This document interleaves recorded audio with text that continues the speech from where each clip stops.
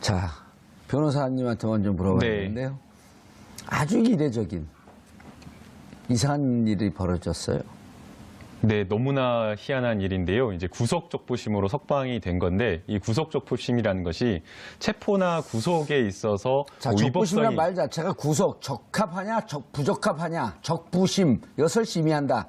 맞습니다. 예. 네, 간단하게 말씀해 주셨는데 적합하냐, 그거 구속시켰는데 나 이거 부당하다. 그냥 항의한 거예요. 그럼 적합하냐, 부적합하냐를 심의하는 건데 부적합하면 왜 당초 왜 구속영장을 발부했어요? 그러니까 사실은 이제 이 구속적부심이라는 게 저도 이제 변호사를 하면서 딱 한 차례 해봤는데요. 구속적부심이라는 게 있기는 한 제도이지만 법원에서 구속영장을 발부를 했는데 이것에 대해서 다시 구속적부심을 청구를 한다라고 하는 것은 생각하기가 어렵고요.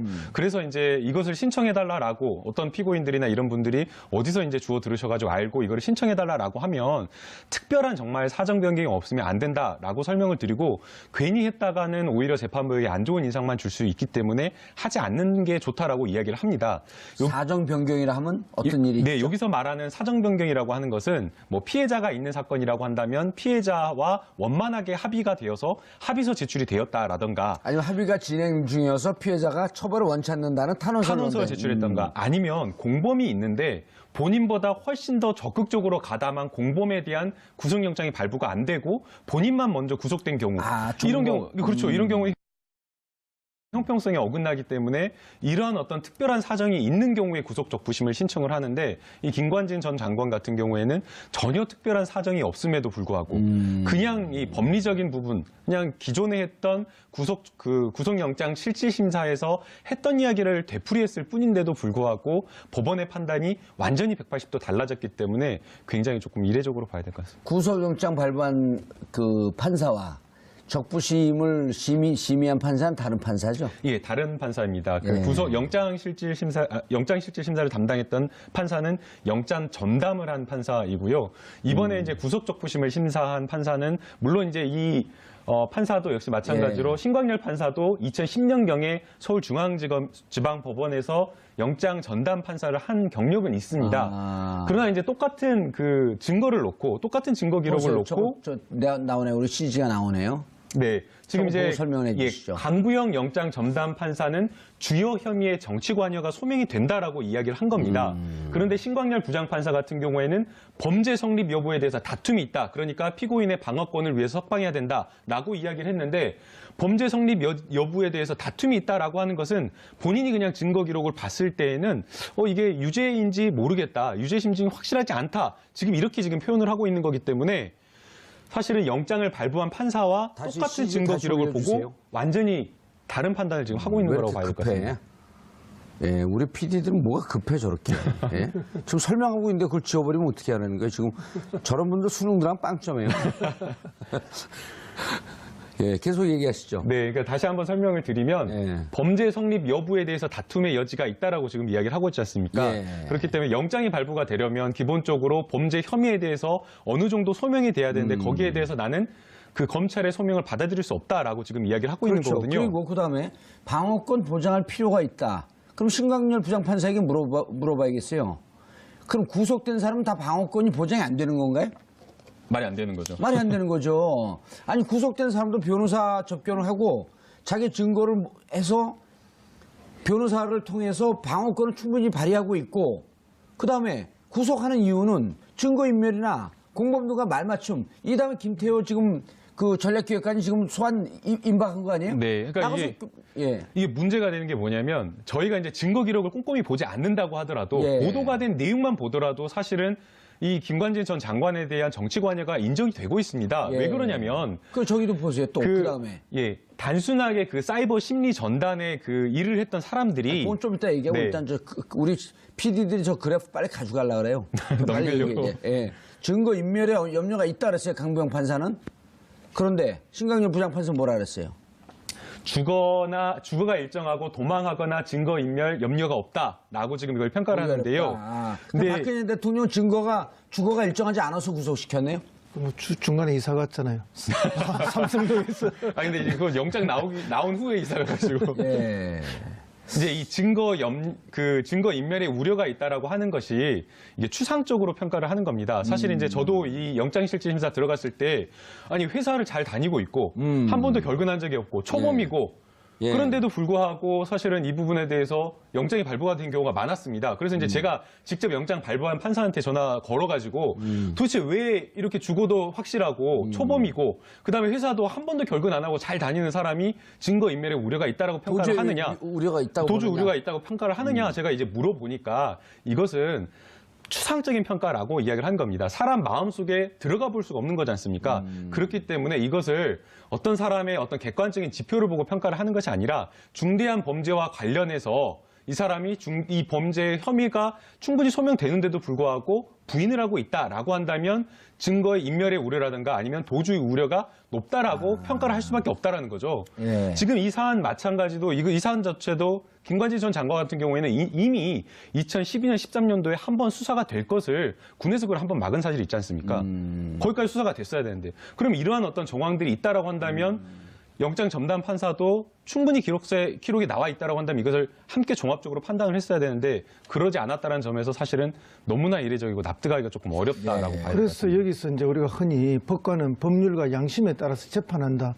이 재판이 뭐 여러 재판도 있을 수 있지만 이런 구속 적법심도 일종의 재판이라 보는 거 아닙니까? 그럼요. 그렇죠. 그렇다면은 법률과 양심에 따라서 한다 했는데 지금 뭐 법률과 양심, 이 사람의 법률과 양심 다르고 저 사람의 법률과 양심이 다르냐 이런 판단을 국민들은 하게 되는 거죠. 예. 그런 면에서 보면 이 둘 중에 한 명은 법률과 양심이란 이름 뒤에 숨어서 어떤 사적 관계의 사람의 이해관계를 챙겨준 것이 아닌가 하는 이런 오해를 지금 할 수 있는 그런 장면이 벌어졌다고 봅니다. 아, 이런 말씀이시네. 강부영 판사는 구속영장을 발부를 했고, 그 다음에 누군가 이번에 차장? 신광열 부장판사. 심광열 부장판사. 이 둘 중에 하나는 누구는 맞고 누구는 틀리다. 누구는 법과 양심에 의해서 했고, 누구는 법과 양심에 의해서 하지 않았다라고 이렇게 볼 수 있다. 그렇게 의심을 지금 우리가 할 의심할 수밖에 수밖에 없죠. 없죠. 신광열 부장판사 부장판사인가요? 뭐 저는 이제 그분에 대한 의심을 좀 더 할 수밖에 없는 상황인데요. 의심 안 해도 돼요. 일단 신광열 부장판사 이력에 대해서 말씀해 주시죠. 어쨌든 이분이 이제 우병우 전 수석하고 이 고향도 봉화로 갔고 또 뭐 대학도 동기고 대구 뭐 서울대 법대 나온 연수원도 동기고 이렇다 하니까 어허. 그런 이제 사적 인간관계가 어째 이 사건에 영향을 혹시 미친 것은 아닌가 하는 그런 이제 의심을 우리가 갖게 되는 거죠. 왜냐하면은 영장 전담 판사하고 똑같은 사항을 놓고 정다른 180도 해석을 내렸고 또 그 중간에 뭐 어떤 사정의 변경이 없지 않았습니까? 예. 그런 면에서 보면 둘 중에 한 명의 판단은 잘못됐다. 이렇게 본다면은 지금 대부분의 국민들은 후자인 신광열 부장판사의 판단에 더 의심의 눈초리를 보낼 수밖에 없다. 그에 대해서 이제 송영길 민주당 국회의원이 강하게 질타를 했죠. 그래서 이 사법제도 내에 국민 참여의 기회가 주어지는 것이 맞다. 이 지나친 재량권을 발휘한 게 아닌가 하는 그런 의심을 지금 받고 있습니다. 김명수 대법원장 임명하고 그랬을 때는 이게 만약에 이걸 어느 국민이 이해할까요? 강부영 부장판사와 신강렬 둘 중에 하나는 뭔가 지금 법원의 일관성이 깨진 거 아니에요? 그렇습니다. 물론 이제 사안을 바라보는 게 사람마다 다를 수는 있지만 이렇게 180 아니, 지 개인적인 견해로 판단하는 게 아니에요. 법과 양심에 의해서. 그럼 이제 문제는 뒤에 양심이죠. 앞에 법은 똑같은 법인데 근데 이 법을 해석하는 것도 지금 180도로 달라는 거 아닙니까? 한 사람은 범죄 행위가 인정된다 했는데 한 사람은 다툼의 소지가 있다 했고 한 사람은 자기의 양심과 뭐 추상적 판단에 의해서 증거인멸이나 도망갈 그렇죠, 우려가 염려가 있다. 염려가 있다고 없다고 했으니까 그럼 국민은 도대체 누구의 말을 믿어야 되느냐? 이제 누가 과연 더 심리를 충실하게 했는가를 보면요. 사실은 영장실질심사 같은 경우에는 계속해서 영장 전담 판사가 이 범죄 사실과 관련해서 피의자에게 계속해서 물어봅니다. 그래서 충분하게 답변을 끌어내는 거고요. 이 구속적부심과 같은 경우에는 그냥 신청서를 제출을 하면 특별한 다른 어떤 별도의 심리를 하지 않고 서류만 기록만 가지고 판단을 한다라는 겁니다. 그렇다라고 한다면 똑같은 거기에다가 더해놓고 진술, 피의자가 어떻게 답변을 하고 있는지 그 답변 태도를 면대면으로 보고 답변을 듣고 심리를 하는 것과 누가 더 심리를 충실하게 할 수 있는지 그걸 생각해 봤을 누가 때는 더 충실할 것 같아요? 저는 영장 전담 판사가 강부영 판사가 훨씬 더 정확하지 않았나라는 생각이 들고요. 그리고 서울중앙지법이나 이미 뭐 한 10여 년 전부터 영장을 발부를 할 때 영장 발부 기준 자체가 굉장히 까다롭습니다.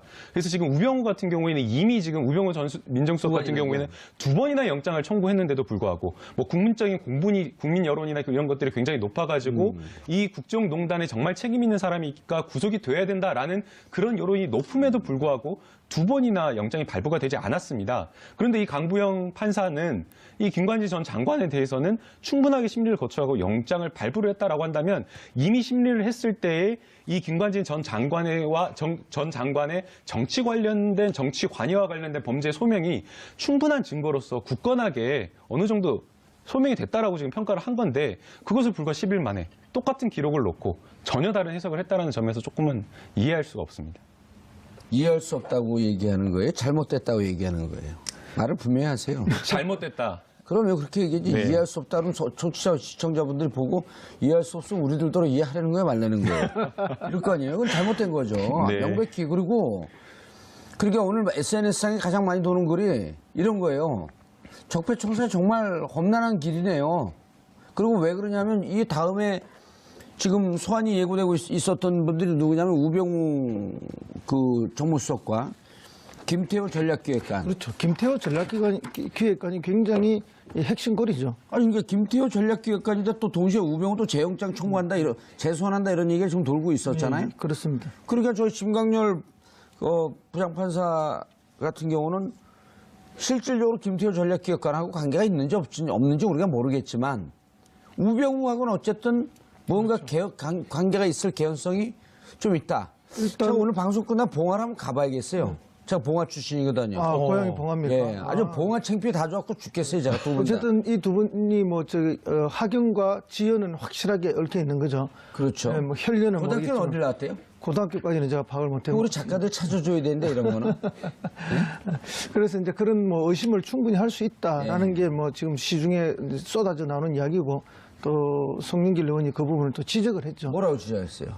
두 분의 이제 대학 그리고 고향 그다음에 사법연수원 동기까지 지적하면서 그런 사적인 우병우의 입김이 들어간 거 아니냐? 사적인 관계 때문에 법률과 양심에 따라 다 판단한 것이 아니지 않느냐. 네, 학연과 지연과 인간 간의 관계로 판단할 수밖에 없었던 거 아니냐? 그런 것이 영향을 미친 것이라고 이제 이렇게 의심을 하는 거죠. 의심을 하면서 이런 사법적 절차 과정 속에 국민의 참여들이 필요한 이유가 바로 이런 데 있다. 적부심도 국민이 좀 참여하고 같이 그렇죠. 의논하고. 예, 예. 송영길 의원이 모처럼 그 발언 얘기를 했네요. 그렇죠. 뭐 우리가 흔히 뭐 지금까지 늘 이야기했던 뭐 배심원제라든지 참심제라든지 어쨌든 그 과정 속에 국민들도 좀 참여할 수 있는 기회가 이런 것 때문에 필요하다는 주장이 나오는 거죠. 판사가 저렇게 못된 주장을 하면 어떻게 그 혼을 내줘야 돼요? 통제할 방법이 사실은 없습니다. 예. 아, 판사가 하나님입니까 그럼? 지금 마음대로.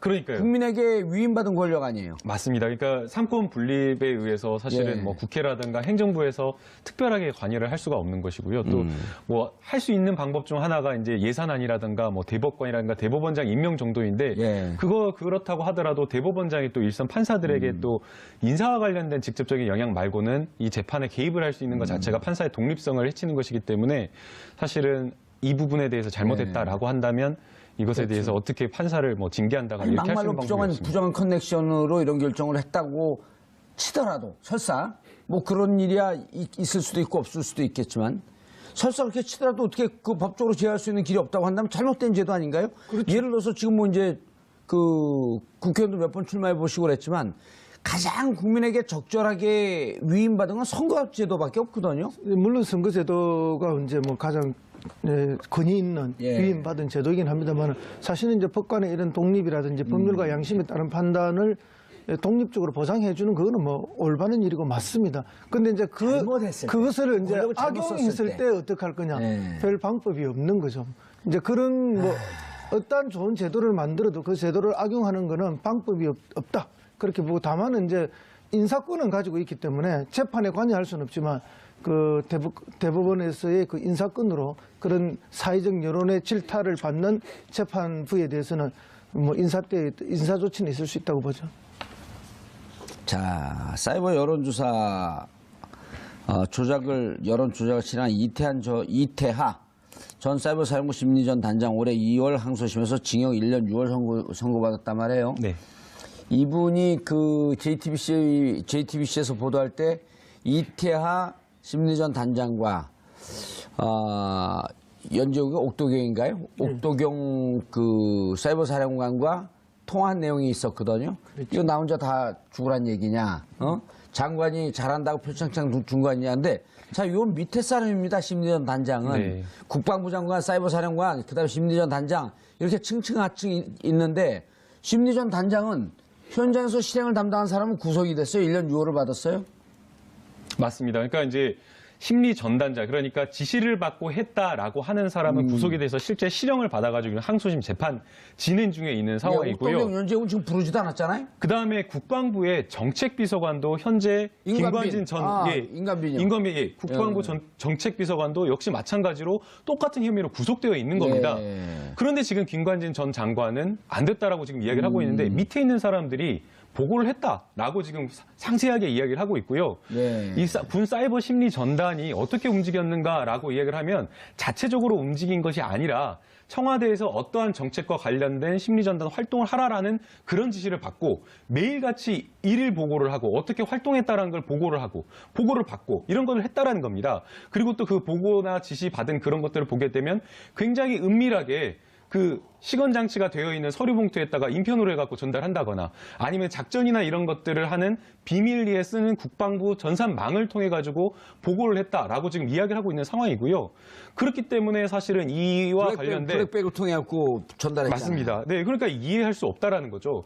단순하게 이 밑에 있는 사람들의 어떤 진술만 있고 그런 진술만 있는 상황에서 부인을 한다라고 하면 모르겠습니다. 그런 것이 아니라 김관진 전 장관이 심지어는 보고를 받았다고 본인이 읽었다라고 사인까지 체크까지 한 그런 것까지 있는데도 불구하고 관여가 입증이 안 된다? 이해할 수 없는 거죠. 아니, 이해할 수가 없는 게 아니라 잘못된 거죠. 자, 이 심광렬 이분은 어떻게 해야 됩니까? 그러면 아무런 대처를 못 취하나요? 아무런 대책이 없죠. 그 이제 유일한 대책은 지금 이제 국민들이 덜 끓는 여론이죠. 그리고 지금 온라인상에서 별로 이렇게 뜨겁지 않지 않나요? 아니, 오늘 뭐 하루 종일 좀 뜨거운 것 같은데요. 굉장히 이것 때문에 뭐 방송도 그렇고 모든 곳에서. 근데 그럼 심광렬 부장판사죠? 수석 부장판사입니다. 고법부장으로 갔다가 고법에서 이제 서울중앙지검 수석 부장판사 같은 경우에는 한 등급 높은 직급이어서 고법부장이 지금 하고 있습니다. 그렇다고 한다면 지금 이 시간에 실검수에 올라오지도 않았어요. 어젯밤에 이미 풀려나서 시간이 좀 지났죠.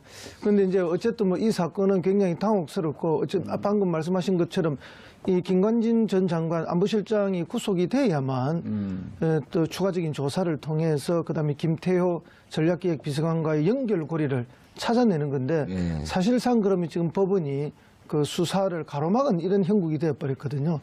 그러다 보면 이제 드디어 꼬리 자르기에 성공하는 것이 아닌가. 그러면 이제 가장 지금 수사가 한계에 봉착하는 그런 국면으로 왔다 보입니다. 그럼 검찰청 입장에서는 다시 구속영장을 청구할 수도 없는 것이고 뭐 할 수는 있겠지만 어떤 뭐 변화된 또 영장 내용을 만들어낼 수도 없는 것이고 굉장히 난감한 순간이다 이렇게 보입니다. 김남국 변호사님 군대 갔다 오셨어요? 예, 갔다 왔습니다. 병장 만기 전역입니다. 병장이죠? 네. 예를 들어 병장이 구속이 돼요. 무슨 군대 일로. 그럼 병장은 자기 자의적으로 해갖고 병장 구속되고 상병 구속되고 일병 구속되고 이병 구속되고 다 구속이 돼요. 어떠한 그 집단적 잘못된 행위 때문에 그럼 누군가 명령을 받았을 거 아니에요. 예, 맞습니다. 병장이 명령 내렸고 저기 그 뭡니까 휴전소 군사분기소 북으로 총쏘라고 이렇게 명령 내릴 수 있어요? 불가능하죠. 불가능하죠. 그 병 상호 간에는 군을 대상으로 민간인을 대상으로 해서 사이버 심리전을 해라. 종북 좌파라고 댓글 달아라. 이걸 병장이 할 수 있어요? 할 수가 없는 거죠. 완스타가 할 수 있어요? 국방부 장관의 지시가 있어야지 하는 거 아니에요, 이게? 이게 사실은 이게 어마어마한 일이지 않습니까? 국방부 장관이 지시할 수 있어요, 이거를? 국방부 대통령이 장관도 안 나서면 안 되는 거 아니에요? 예, 맞죠. 그러니까 국방부 장관도 이것을 하기가 쉽지가 않은 거죠. 왜냐하면 왜냐하면 사무총장이 나서서 이거 합니까? 만약 국방부 장관, 사실 국방부 장관 신분은 군인이 아닙니다. 그렇죠. 예, 만약에 이 국방부 장관이 이런 지시를 군대에다 내렸다라고 한다면 합참의장이라든가 각 참모총장이 난리가 나는 거 아니겠습니까? 그런데 이것을 합참의장이나 해당 육군의 참모총장을 뛰어넘어가지고 보고라인을 보게 되면 청와대를 직보하고 청와대 지시를 받았다라는 것을 보게 되면 이것은 청와대의 직접적인 어떤 개입이 있다라고 볼 수밖에 없는 것이고요. 사실은 이런 사이버 심리전단이라고 하는 것은 북한을 상대로 하는 어떤 그런 어떤 심리전 활동인데 도대체 이것을 왜 청와대에서 관리하고 회의하고 지시하고 이해할 수 없는 거지 않습니까? 그거 자체로 문제가 있다라고 봐야 되는 것이고요. 그 과정 보고라인 속에 김관진 전 장관이 있다라고 한다면 그거 자체로 사실은 범죄의 혐의의 소명이 굉장히 높게 됐다라고 봐야 되는 겁니다. 김태호 못 부르겠죠. 이제 이렇게 되면 부를까요? 네, 김태호 전 비서관을 당연히 불러야 되죠. 왜냐하면 근데 김태호도 이제 오리발렘일 거 아니에요? 그렇죠. 청와대에서 연결고리는 김태호 비서관 아닙니까? 물론 이제 국방부 장관으로 있을 때는 연결고리가 명확했을 거고요. 그다음에 다시 이제 안보실장으로 들어갔을 때는 한 공간에서 같이 협의하면서 했을 거 아닙니까?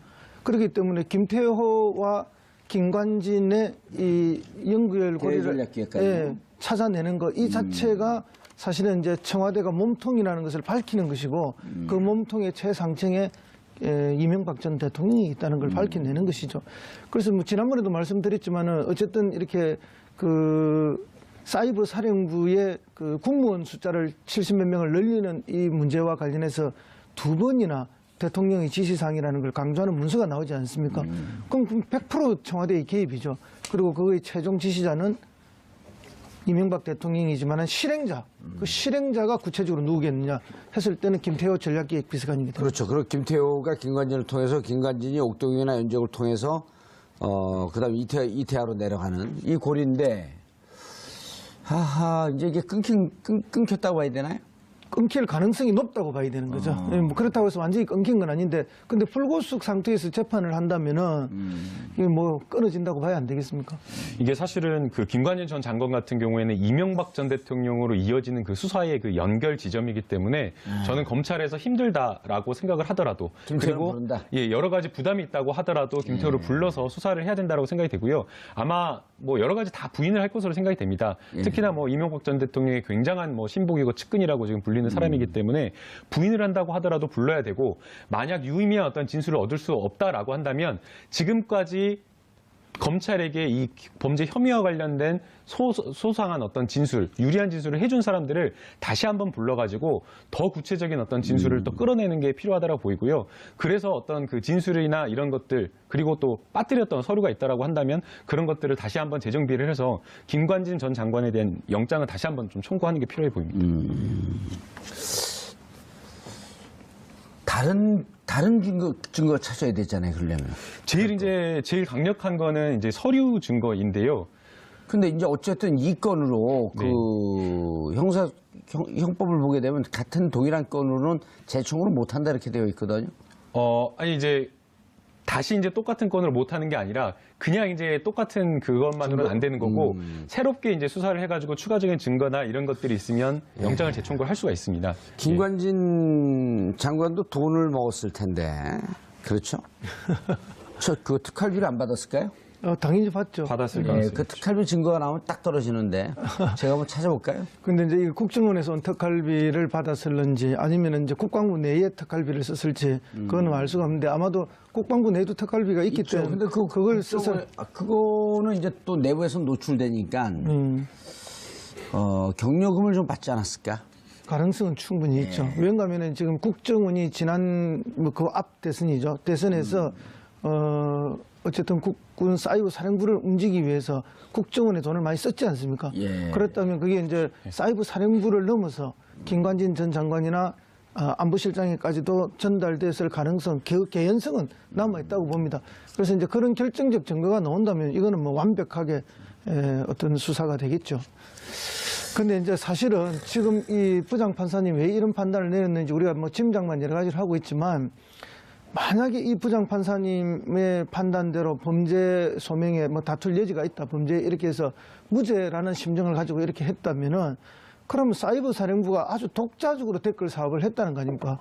공작을 했다는 건데, 그럼 사이버 사령부가 합참의장이나 또 육군 참모총장의 지시도 없이 또 청와대의 지시도 없이 독자적으로 국방장의 지시 없이 했다면은 그거야말로 거의 뭐 이게 군기문란이고 준반란에 가까운 게 국정농단이죠. 농단을 넘어서 이거는 뭐 거의 준반란에 가까운 짓을 한 거 아닙니까? 그럼 국군 통수권이 어디로 간지 흔적도 없어진 거 아니? 그렇죠. 이건 있을 수 없는 일이죠. 국기문란 중에 국기문란인데 만약에 그 판사님의 생각대로라면은 그럼 이 사건이 그야말로 사이버 사령부에 독자적으로 일어나서 독자적으로 진행된 진짜 어처구니 없는 그런 수준이다.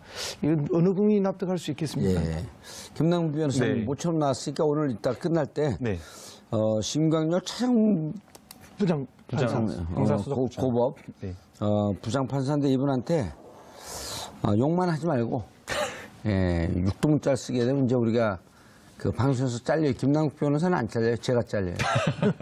이 자리에 탐나면 욕을 하셔도 되고 이 자리가 탐나지 않으면 이따가 영상 편지 그런 분들한테 편지 보내기도 싫은데 영상 택배 영상 택배. 예 그렇죠? 네. 영상 택배 한번 날려주세요. 네, 알겠습니다. 보든 말든 예.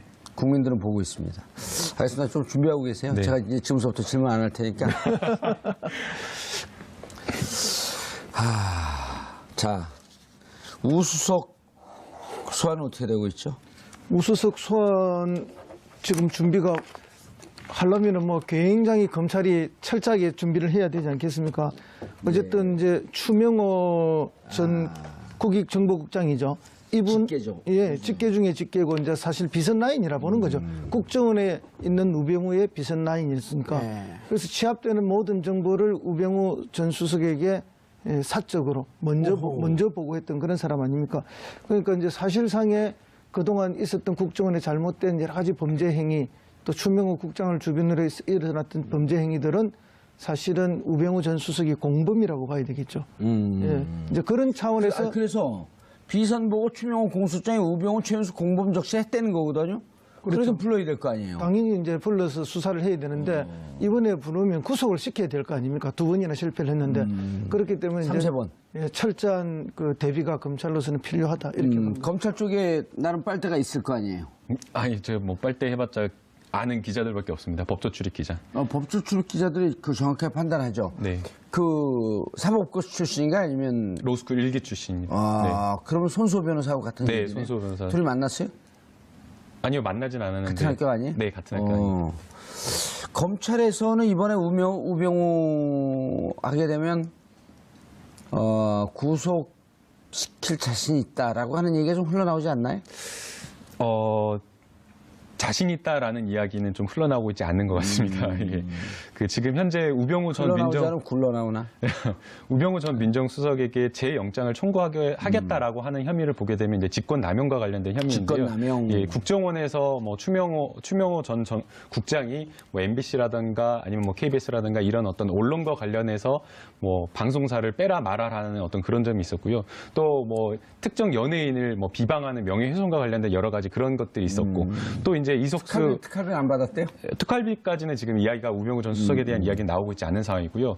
또 이제 더 나아가서 이제 우병우 전 민정수석에 대해서 이석수 그 감찰관에 대한 여러 가지 이제 비위 사실이나 이런 것들을 추명호 국장이 감찰을 해가지고 몰래 이제 추적을 해가지고 이것들을 보고했다라고 지금 여러 가지 혐의점이 나오고 있는 상황인데 이 부분과 관련해서 이제 추명호 전 국장이 보고했다라는 정황만 지금 나와 있는 상황이고 실제 보고를 했다라고 하는 추명호 전 국장이 우병우 전 민정수석과의 관계라든가 이런 것들에 대해서 구체적인 어떤 진술을 하고 있지 않은 상황이기 때문에 지금 현재 검찰이 가지고 있는 증거로 재영장을 청구하겠다라고는 하고 있지만 과연 이제 영장 발부에 자신이 있는지 그거는 조금 의문인 것 같습니다. 추명호, 예. 특활비 부분은 뭐 이제 우리가 짐작만 하는 거죠. 아직까지 구체적인 증거가 나온 건 아니고요. 왜냐하면 이 정무수석한테 500만 원씩 특활비를 전달한 사람이 추명호 국장이잖아요. 그러니까 이제 박근혜 대통령한테 뭐 5천만 원, 1억씩 이렇게 전달됐던 거는 기조실장이 그 문고리 3인방을 통해서 전달했는데 그 정무수석이나 다른 수석한테 전달할 때는 추명호 국장이 직접 전달했단 말입니다. 그러면 우병우의 신복인 추명호 국장이 다른 수석한테는 특활비를 매달 500만 원씩 전달하면서 과연 우병우 수석에게는 전달하지 않았을까? 이렇게 봤을 때 어느 국민이 안 했다고 생각하겠습니까? 오히려 더 많은 액수를 전달했을 가능성도 있다고 보는 거죠. 지금 어쨌든 국정원의 특활비 중에 40억 정도는 소명이 되는데 사라진 나머지 30억이 소명이 제대로 안 되고 있는 거 아닙니까? 그중에 상당수 일부가 크기도 갔을 가능성이 있다라는 것이 지금 일반의 추측입니다. 그렇죠. 30억 사라진 30억이 여권에 흘러오지 않았을까 당시에. 예, 여권 정치인에게도 가고 예. 여기에도 일부 가고 뭐 갈 데가 뻔하지 않습니까? 우병우한테 갔다 이렇게 보시는 거예요? 저는 뭐 이런 정도의 관계에서 안 갔다는 것은 그거 안 갔으면 그게 더 이상하죠. 저는 견해가 좀 틀려요. 우병우 수석에 간 게 아니라 우병우 수석에게 많이 갔다. 그래서 뭐 특히 이제 민정 같은 경우에는 뭐 청와대 내에서 이제 민정수석실 직원이 굉장히 많거든요. 많아요. 네, 뭐 제일 이거 청와대 출신이군요. 예. 민정수석실 파워가 제일 세기도 하고 왜냐하면 인사검증을 거기서 하기 때문에 결국은 청와대 내에서 최종 파워는 민정수석실입니다. 뭐 정무수석실이 뭐 더 힘이 좋다 선임수석이다 하지만 결국은 민정에서 모든 정보와 자료를 다 쥐고 있기 때문에 그것을 아니다 하면은 그냥 더 이상 진행이 안 되는 거죠. 그렇기 때문에 이제 가장 큰 힘을 갖고 있는 또 그리고 자기 직계 빚은 라인인데 남들한테 주면서 자기 직계 그 라인의 보스한테 안 줬다. 이상하죠. 이해하기 어려운 일이죠. 그거는. 그리고 이제 우병우 수석 같은 경우는 또 집에 돈이 많기 때문에 돈에 욕심이 없을 것이다라고 이렇게 보는 사람들이 많은데 그건 반대죠. 돈 많은 사람이 더 돈에 욕심이 많아요. 그래서 돈이 많은 거니까. 그러니까 소고기 먹는 사람은 늘 소고기 더 먹고 싶어 하니까요. 예. 오늘 모든 수험생들이 소고기 먹었으면 좋겠네요. 우병우 수석. 네. 뭐로 걸릴까요? 지금 검찰에서 준비하고 있는 게 뭐예요? 분명히 잡긴 잡았다 이렇게 얘기들 나오는데. 잡기는 잡았다라고 지금 이야기가 나오는데 결국에는 직권남용 혐의와 관련된 부분을 다시 한번 하지 않을까라는 생각이 듭니다. 이번에 이렇게 까끌까끌한 장갑을 잡았다 그러는데 못 빠져나가게 미끌어지 미끌미끌.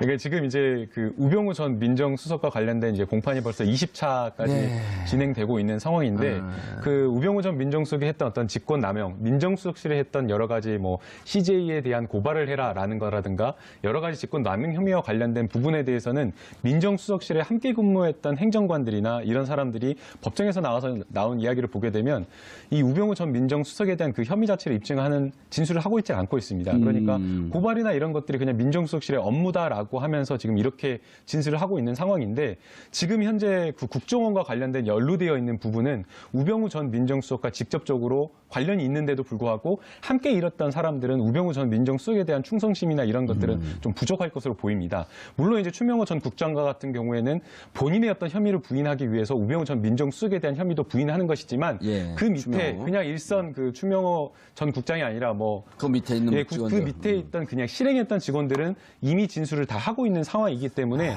우병우 전 민정수석과 관련된 부분이 들어서 한 것이라도 있다라고 한다면 아니면 혹시 본인이 본소리라도 하고 있다라고 한다면 그 부분에 대한 진술을 검찰에서 털어놓았거나 털어놓을 것으로 보이기 때문에 기대를 조금 해볼 수는 있을 것 같습니다. 예. 교수님. 네. 여러 가지 논란 속에서 과연 전 정권에 대한 부담 때문에 이명박 전 대통령을 소환할 수 있겠느냐. 이런 우려 섞인 얘기가 많았었는데 증거가 자꾸도 넘치게 나왔단 말이에요. 물론 이게 몇몇 변호사들은 그런 얘기를 하더라고요. 이게 일반인 기업이었으면 10번도 더 넘게 구속됐는데 전직 대통령이라고 하는 것 때문에 좀 더 꼼꼼하고 조밀조밀한 증거가 필요하다. 완벽한 증거가 준비하느라 시간이 좀 걸렸다. 뭐 이제 소환해서 그때부터 조사해서 뭘 얻으려 하면은 그거는 이미 실패되는 거죠. 신분 자체가 전직 대통령이고 또 그런 차고 넘치는 증거가 이때도 소환 자체가 부담스러운 것도 사실입니다. 예. 그건 왜냐하면 특수한 신분이었기 때문에 그런 것이고 또 그분을 지지했던 정치 세력들이 있기 때문에 더더구나 그런 건데요. 지금 여론조사를 보면 아주 미묘한 변화가 하나 있습니다. 부산, 경남, 울산 쪽에서의 그런 미묘한 여론조사의 변화는 이 적폐청산과 관련해서 정치 보복이라는 게 다른 지역보다 조금 더 높게 나옵니다. 이제 그런 면에 있어서 어떤 보수 세력의 결집이라든지 이런 거에 대한 정치적 부담이 없을 수는 없습니다. 그러나 이제 지금 적폐청산에 대해서 적폐청산이 국민 통합을 해치는 거라고 우리가 볼 수 없는 거거든요.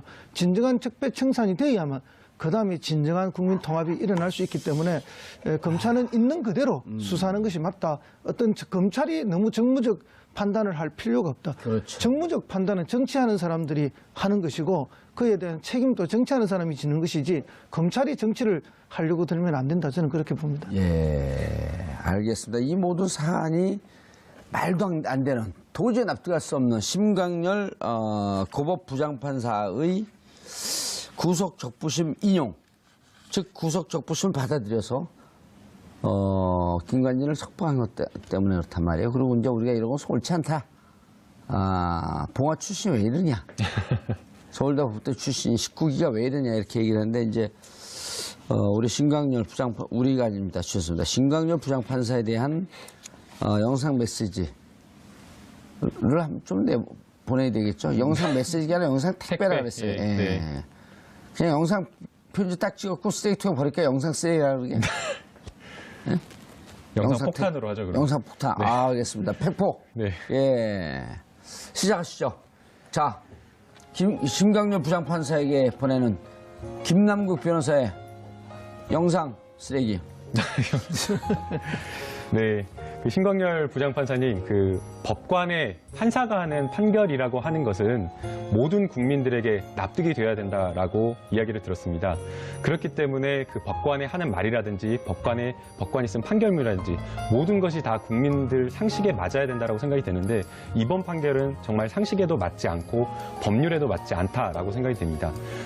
지금 김관진 전 장관이 저질렀다라고 하는 범죄는 단순하게 군인이 정치관여했다라고 하는 것이 아니라 우리 헌법이 가지고 있는 정말 지켜야 되는 민주주의를 심각하게 훼손한 것이고 거기에 또 더 나아가서 저 광주 출신인데 광주 사람 호남 사람 뽑지 말라라고 하는 연고지에 따른 차별까지 한 그 헌법에서 정말 금지하고 있는 차별 금지 원칙까지 훼손한 정말 중대한 헌법 위반 사안입니다. 그런데도 불구하고 정말 증거가 차고 넘치는데도 불구하고 구속영장을 발부한 그 영장 전담 판사의 판단을 존중하지 않고 이렇게 석방했다라는 거 국민들 분노하고 있다라는 거 반드시 알아주셨으면 좋겠고요. 향후에 또 다시 한번 이런 어떤 중대한 판단이 있을 때에 정말 본인이 양심과 본율에 따라서 판단을 하고 있는지 다시 한번 좀 생각해 주셨으면 좋겠습니다. 예, 알겠습니다. 이건 역사의 기록으로 남는 겁니다. 그렇죠. 네. 그리고 어성모 비서관님도 한마디 하시겠어요? 예. 예. 뭐 저는 변호사가 아니라서 그렇게 좋은 말로 표현을 못 하겠고요. 방금 우리 김남국 변호사가 이렇게 영상 폭탄을 전달했는데 영상 쓰레기. 예. 법원 내에 있는 폭탄 변호사가 잘 제거됐으면 하는 바람입니다. 알겠습니다. 신강렬 부장판사의 판결, 구속 적부심 인용에 대해서 국민들이 어떻게 받아들이는지 한번 이거 나중에라도 여론조사 좀 해봤으면 좋겠고요. 본인에게 주어진 권력, 국민이 준 위임받은 권력을 이렇게 사사롭게 쓰라고 위임한 거 아니지 않습니까? 그렇죠. 국가의 미래를 위해서, 정의로운 법의, 집행을 위해서 쓰라고 했는데 그렇게 쓰인 것 같지 않습니다. 이런 분들은 바로 즉각 감옥에 보내는 제도가 있었으면 좋겠어요. 정봉주의 품격 시대에서는 여러분의 소중한 의견 받습니다. 샵 540. 이야기를 했는데 범죄 성립 여부에 대해서 다툼이 있다라고 하는 것은 본인이 그냥 증거 기록을 봤을 때에는 이게 유죄인지 모르겠다. 유죄 심증이 확실하지 않다. 지금 이렇게 표현을 하고 있는 거기 때문에 사실은 영장을 발부한 판사와 똑같은 증거 기록을 보고 완전히 다른 판단을 지금 하고 있는 거라고 봐야 될 것 같습니다. 예, 우리 PD들은 뭐가 급해 저렇게. 예? 지금 설명하고 있는데 그걸 지워버리면 어떻게 하라는 거예요. 지금 저런 분들 수능들랑 빵점이에요. 예, 계속 얘기하시죠. 네, 그러니까 다시 한번 설명을 드리면 범죄 성립 여부에 대해서 다툼의 여지가 있다라고 지금 이야기를 하고 있지 않습니까? 그렇기 때문에 영장이 발부가 되려면 기본적으로 범죄 혐의에 대해서 어느 정도 소명이 돼야 되는데 거기에 대해서 나는 그 검찰의 소명을 받아들일 수 없다라고 지금 이야기를 하고 있는 거거든요. 그리고 그다음에 방어권 보장할 필요가 있다. 그럼 신광렬 부장판사에게 물어봐야겠어요. 그럼 구속된 사람은 다 방어권이 보장이 안 되는 건가요? 말이 안 되는 거죠. 말이 안 되는 거죠. 아니 구속된 사람도 변호사 접견을 하고 자기 증거를 해서 변호사를 통해서 방어권을 충분히 발휘하고 있고 그다음에 구속하는 이유는 증거인멸이나 공범도가 말맞춤 이 다음에 김태호 지금 그 전략기획관이 지금 소환 임박한 거 아니에요? 네. 그러니까 이게 문제가 되는 게 뭐냐면 저희가 이제 증거 기록을 꼼꼼히 보지 않는다고 하더라도 보도가 된 내용만 보더라도 사실은 이 김관진 전 장관에 대한 정치 관여가 인정이 되고 있습니다. 왜 그러냐면 저기도 보세요. 또 그다음에 단순하게 그 사이버 심리 전단에 그 일을 했던 사람들이 그건 좀 이따 얘기하고 일단 우리 PD들이 저 그래프 빨리 가져가려고 그래요. 빨리 얘기해. 증거 인멸에 염려가 있다 그랬어요. 강병 판사는. 그런데 신강렬 부장판사는 뭐라 그랬어요? 주거가 일정하고 도망하거나 증거인멸 염려가 없다라고 지금 이걸 평가를 하는데요. 근데 박근혜 대통령 주거가 일정하지 않아서 구속시켰네요. 뭐 중간에 이사 갔잖아요. 삼성동에서. 아 근데 이제 그거 영장 나온 후에 이사가 가지고. 예. 이제 이 증거 인멸의 우려가 있다라고 하는 것이 이게 추상적으로 평가를 하는 겁니다. 사실 이제 저도 이 영장실질심사 들어갔을 때 아니 회사를 잘 다니고 있고 한 번도 결근한 적이 없고 초범이고 예. 그런데도 불구하고 사실은 이 부분에 대해서 영장이 발부가 된 경우가 많았습니다. 그래서 이제 제가 직접 영장 발부한 판사한테 전화 걸어가지고 도대체 왜 이렇게 주거도 확실하고 초범이고 그다음에 회사도 한 번도 결근 안 하고 잘 다니는 사람이 증거인멸의 우려가 있다라고 평가를 하느냐. 도주 우려가 있다고 평가를 하느냐. 제가 이제 물어보니까 이것은 추상적인 평가라고 이야기를 한 겁니다. 사람 마음속에 들어가 볼 수가 없는 거지 않습니까? 그렇기 때문에 이것을 어떤 사람의 어떤 객관적인 자, 변호사님한테 먼저 물어봐야겠는데요. 아주 이례적인 이상한 일이 벌어졌어요. 네, 너무나 희한한 일인데요. 이제 구속적부심으로 석방이 된 건데 이 구속적부심이라는 것이 체포나 구속에 있어서 자, 적부심이란 말 자체가 구속, 적합하냐, 부적합하냐, 적부심, 이것을 심의한다. 맞습니다. 예. 네, 간단하게 말씀해 주셨는데 적합하냐, 그걸 구속시켰는데 나 이거 부당하다. 그냥 항의한 거예요. 그럼 적합하냐, 부적합하냐를 심의하는 건데 부적합하면 왜 당초 왜 구속영장을 발부했어요? 그러니까 사실은 이제 이 구속적부심이라는 게 저도 이제 변호사를 하면서 딱 한 차례 해봤는데요. 구속적부심이라는 게 있기는 한 제도이지만 법원에서 구속영장을 발부를 했는데 이것에 대해서 다시 구속적부심을 청구를 한다라고 하는 것은 생각하기가 어렵고요. 그래서 이제 이것을 신청해달라라고 어떤 피고인들이나 이런 분들이 어디서 이제 주워 들으셔가지고 알고 이거를 신청해달라라고 하면 특별한 정말 사정 변경이 없으면 안 된다라고 설명을 드리고 괜히 했다가는 오히려 재판부에게 안 좋은 인상만 줄 수 있기 때문에 하지 않는 게 좋다라고 이야기를 합니다.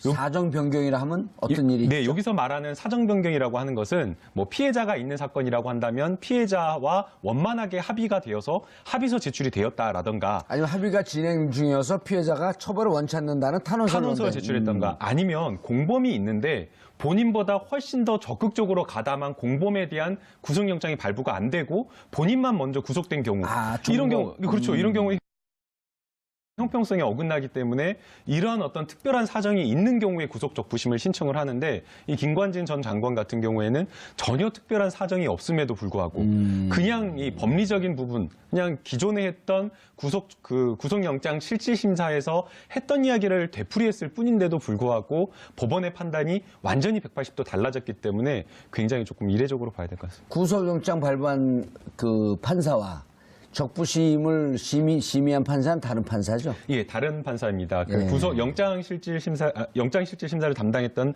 판사는 영장 전담을 한 판사이고요. 이번에 이제 구속적부심을 심사한 판사는 물론 이제 이 판사도 역시 마찬가지로 신광열 판사도 2010년경에 서울중앙지방법원에서 영장 전담 판사를 한 경력은 있습니다. 그러나 이제 똑같은 그 증거를 놓고 똑같은 증거 기록을 놓고 나오네요. 우리 CG가 나오네요. 네, 지금 이제 설명해 주시죠. 강부영 영장 전담 판사는 주요 혐의의 정치 관여가 소명이 된다라고 이야기를 한 겁니다. 그런데 신광열 부장판사 같은 경우에는 범죄 성립 여부에 대해서 다툼이 있다. 그러니까 피고인의 방어권을 위해서 석방해야 된다라고 이게 지표를 보고 평가를 하는 것이 아니라 중대한 범죄와 관련해서 이 사람이 이 범죄 혐의가 충분히 소명되는데도 불구하고 부인을 하고 있다라고 한다면 증거의 인멸의 우려라든가 아니면 도주의 우려가 높다라고 평가를 할 수밖에 없다라는 거죠. 지금 이 사안 마찬가지도 이 사안 자체도 김관진 전 장관 같은 경우에는 이미 2012년, 13년도에 한 번 수사가 될 것을 군에서 그걸 한번 막은 사실이 있지 않습니까? 거기까지 수사가 됐어야 되는데 그럼 이러한 어떤 정황들이 있다라고 한다면 영장 전담 판사도 충분히 기록이 나와 있다라고 한다면 이것을 함께 종합적으로 판단을 했어야 되는데 그러지 않았다는 점에서 사실은 너무나 이례적이고 납득하기가 조금 어렵다라고 봐야 됩니다. 그래서 여기서 이제 우리가 흔히 법관은 법률과 양심에 따라서 재판한다. 이 재판이 뭐 여러 재판도 있을 수 있지만 이런 구속 적부심도 일종의 재판이라 보는 거 아니에요? 그럼요. 그렇죠. 그렇다면은 법률과 양심에 따라서 한다 했는데 지금 뭐 법률과 양심, 이 사람의 법률과 양심 다르고 저 사람의 법률과 양심이 다르냐 이런 판단을 국민들은 하게 되는 거죠. 그런 면에서 보면 이 둘 중에 한 명은 법률과 양심이란 이름 뒤에 숨어서 어떤 사적 관계의 사람의 이해관계를 챙겨준 것이 아닌가 하는 이런 오해를 지금 할 수 있는 그런 장면이 벌어졌다고 봅니다. 아, 이런 말씀이시네. 강부영 판사는 구속영장을 발부를 했고, 그 다음에 누군가 이번에 차장? 신광열 부장판사. 심광열 부장판사. 이 둘 중에 하나는 누구는 맞고 누구는 틀리다. 누구는 법과 양심에 의해서 했고, 누구는 법과 양심에 의해서 하지 않았다라고 이렇게 볼 수 있다. 그렇게 의심을 지금 우리가 할 의심할 수밖에 없죠. 신광열 부장판사 부장판사인가요? 뭐 저는 이제 그분에 대한 의심을 좀 더 할 수밖에 없는 상황인데요. 의심 안 해도 돼요. 일단 신광열 부장판사 이력에 대해서 말씀해 주시죠. 어쨌든 이분이 이제 우병우 전 수석하고 이 고향도 봉화로 갔고 또 뭐 대학도 동기고 대구 뭐 서울대 법대나 연수원도 동기고 이렇다 하니까 그런 이제 사적 인간관계가 어째 이 사건에 영향을 혹시 미친 것은 아닌가 하는 그런 이제 의심을 우리가 갖게 되는 거죠. 왜냐하면은 영장 전담 판사하고 똑같은 사항을 놓고 정다른 180도 해석을 내렸고 또 그 중간에 뭐 어떤 사정의 변경이 없지 않았습니까? 그런 면에서 보면 둘 중에 한 명의 판단은 잘못됐다. 이렇게 본다면은 지금 대부분의 국민들은 후자인 신광열 부장판사의 판단에 더 의심의 눈초리를 보낼 수밖에 없다. 그에 대해서 이제 송영길 민주당 국회의원이 강하게 질타를 했죠. 그래서 이 사법제도 내에 국민 참여의 기회가 주어지는 것이 맞다. 이 지나친 재량권을 발휘한 게 아닌가 하는 그런 의심을 지금 받고 있습니다. 김명수 대법원장 임명하고 그랬을 때는 이게 만약에 이걸 어느 국민이 이해할까요? 강부영 부장판사와 신광열 둘 중에 하나는 뭔가 지금 법원의 일관성이 깨진 거 아니에요? 그렇습니다. 물론 이제 사안을 바라보는 게 사람마다 다를 수는 있지만 이렇게 180 아니, 지 개인적인 견해로 판단하는 게 아니에요. 법과 양심에 의해서. 그럼 이제 문제는 뒤에 양심이죠. 앞에 법은 똑같은 법인데 근데 이 법을 해석하는 것도 지금 180도로 달라는 거 아닙니까? 한 사람은 범죄 행위가 인정된다 했는데 한 사람은 다툼의 소지가 있다 했고 한 사람은 자기의 양심과 뭐 추상적 판단에 의해서 증거인멸이나 도망갈 그렇죠, 우려가 염려가 있다. 있고 없다고 했으니까 그럼 국민은 도대체 누구의 말을 믿어야 되느냐? 이제 누가 과연 더 심리를 충실하게 했는가를 보면요. 사실은 영장실질심사 같은 경우에는 계속해서 영장 전담 판사가 심리 이 범죄 사실과 관련해서 피의자에게 계속해서 물어봅니다. 그래서 충분하게 답변을 끌어내는 거고요. 이 구속적부심과 같은 경우에는 그냥 신청서를 제출하면 특별한 다른 어떤 별도의 심리를 하지 않고 서류만 기록만 가지고 판단을 한다라는 겁니다. 그렇다라고 한다면 똑같은 거기에다가 더해놓고 진술, 피의자가 어떻게 답변을 하고 있는지 그 답변 태도를 면대면으로 보고 답변을 듣고 심리를 하는 것과 누가 더 심리를 충실하게 할 수 있는지 그걸 생각해 봤을 누가 더 때는 충실할 것 같아요? 저는 영장 전담 판사가 강부영 판사가 훨씬 더 정확하지 않았나라는 생각이 들고요. 그리고 서울중앙지법이나 이미 뭐 한 10여 년 전부터 영장을 발부를 할 때 영장 발부 기준 자체가 굉장히 까다롭습니다. 그래서 지금 우병우 같은 경우에는 이미 지금 우병우 전 민정수석 같은 경우에는 2번이나 영장을 청구했는데도 불구하고 뭐 국민적인 국민 여론이나 이런 것들이 굉장히 높아가지고 이 국정농단에 정말 책임 있는 사람이니까 구속이 돼야 된다라는 그런 여론이 높음에도 불구하고 2번이나 영장이 발부가 되지 않았습니다. 그런데 이 강부영 판사는 이 김관지 전 장관에 대해서는 충분하게 심리를 거쳐하고 영장을 발부를 했다라고 한다면 이미 심리를 했을 때에 이 김관진 전 장관의 정치 관련된 정치 관여와 관련된 범죄 소명이 충분한 증거로서 굳건하게 어느 정도 소명이 됐다라고 지금 평가를 한 건데 그것을 불과 10일 만에 똑같은 기록을 놓고 전혀 다른 해석을 했다라는 점에서 조금은 이해할 수가 없습니다. 이해할 수 없다고 얘기하는 거예요? 잘못됐다고 얘기하는 거예요? 말을 분명히 하세요. 잘못됐다. 그러면 그렇게 얘기하지. 네. 이해할 수 없다면 청취자, 시청자분들이 보고 이해할 수 없으면 우리들도 이해하려는 거예요? 말라는 거예요? 이럴 거 아니에요? 그건 잘못된 거죠. 네. 명백히. 그리고 그러니까 오늘 SNS상에 가장 많이 도는 글이 이런 거예요. 적폐청산이 정말 험난한 길이네요. 그리고 왜 그러냐면 이 다음에 지금 소환이 예고되고 있었던 분들이 누구냐면 우병우 그 정무수석과 김태호 전략기획관. 그렇죠. 김태호 전략기획관이 굉장히 핵심거리죠. 아니, 그러니까 김태호 전략기획관인데 또 동시에 우병우도 재영장 청구한다, 재소환한다 이런 얘기가 지금 돌고 있었잖아요. 그렇습니다. 그러니까 저희 심광열 부장판사 같은 경우는 실질적으로 김태호 전략기획관하고 관계가 있는지 없는지 우리가 모르겠지만 우병우하고는 어쨌든 뭔가 관계가 있을 개연성이 좀 있다. 자, 오늘 방송 끝나면 봉화를 한번 가봐야겠어요. 제가 봉화 출신이거든요. 아, 고향이 봉화입니까? 예, 아주 봉화 창피해 다 좋고 죽겠어요, 제가 두 분 다. 어쨌든 이 두 분이 뭐 학연과 지연은 확실하게 얽혀 있는 거죠. 그렇죠. 뭐 혈연은 고등학교는 모르겠지만 어디 나왔대요? 고등학교까지는 제가 파악을 못했고. 우리 작가들 찾아줘야 되는데 이런 거는. 그래서 이제 그런 뭐 의심을 충분히 할 수 있다라는 네. 게 뭐 지금 시중에 쏟아져 나오는 이야기고 또 송영길 의원이 그 부분을 또 지적을 했죠. 뭐라고 주장했어요? 두 분의 이제 대학 그리고 고향 그다음에 사법연수원 동기까지 지적하면서 그런 사적인 우병우의 입김이 들어간 거 아니냐? 사적인 관계 때문에 법률과 양심에 따라 다 판단한 것이 아니지 않느냐. 네, 학연과 지연과 인간 간의 관계로 판단할 수밖에 없었던 거 아니냐? 그런 것이 영향을 미친 것이라고 이제 이렇게 송영길. 의심을 하는 거죠. 의심을 하면서 이런 사법적 절차 과정 속에 국민의 참여들이 필요한 이유가 바로 이런 데서 있다. 적부심도 국민이 좀 참여하고 같이 그렇죠. 의논하고. 예, 예. 송영길 의원이 모처럼 그 발언 얘기를 했네요. 그렇죠. 뭐 우리가 흔히 뭐 지금까지 늘 이야기했던 뭐 배심원제라든지 참심제라든지 어쨌든 그 과정 속에 국민들도 좀 참여할 수 있는 기회가 이런 것 때문에 필요하다는 주장이 나오는 거죠. 판사가 저렇게 못된 주장을 하면 어떻게 그 혼을 내줘야 돼요? 통제할 방법이 사실은 없습니다. 예. 아, 판사가 하나님입니까 그럼? 지금 마음대로. 그러니까요. 국민에게 위임받은 권력 아니에요. 맞습니다. 그러니까 삼권 분립에 의해서 사실은 예. 뭐 국회라든가 행정부에서 특별하게 관여를 할 수가 없는 것이고요. 또 뭐 할 수 있는 방법 중 하나가 이제 예산안이라든가 뭐 대법관이라든가 대법원장 임명 정도인데 예. 그렇다고 하더라도 대법원장이 또 일선 판사들에게 또 인사와 관련된 직접적인 영향 말고는 이 재판에 개입을 할 수 있는 것 자체가 판사의 독립성을 해치는 것이기 때문에 사실은 이 부분에 대해서 잘못했다라고 한다면 이것에 대해서 어떻게 판사를 뭐 징계한다가 이렇게 할 수 막말로 있는 방법이 없습니다. 부정한 커넥션으로 이런 결정을 했다고 치더라도 설사 뭐 그런 일이야 있을 수도 있고 없을 수도 있겠지만 설사 그렇게 치더라도 어떻게 그 법적으로 제어할 수 있는 길이 없다고 한다면 잘못된 제도 아닌가요? 예를 들어서 지금 뭐 이제 그 국회의원도 몇 번 출마해 보시고 그랬지만 가장 국민에게 적절하게 위임받은 건 선거제도밖에 없거든요. 물론 선거제도가 이제 뭐 가장 권위 있는 예. 위임받은 제도이긴 합니다만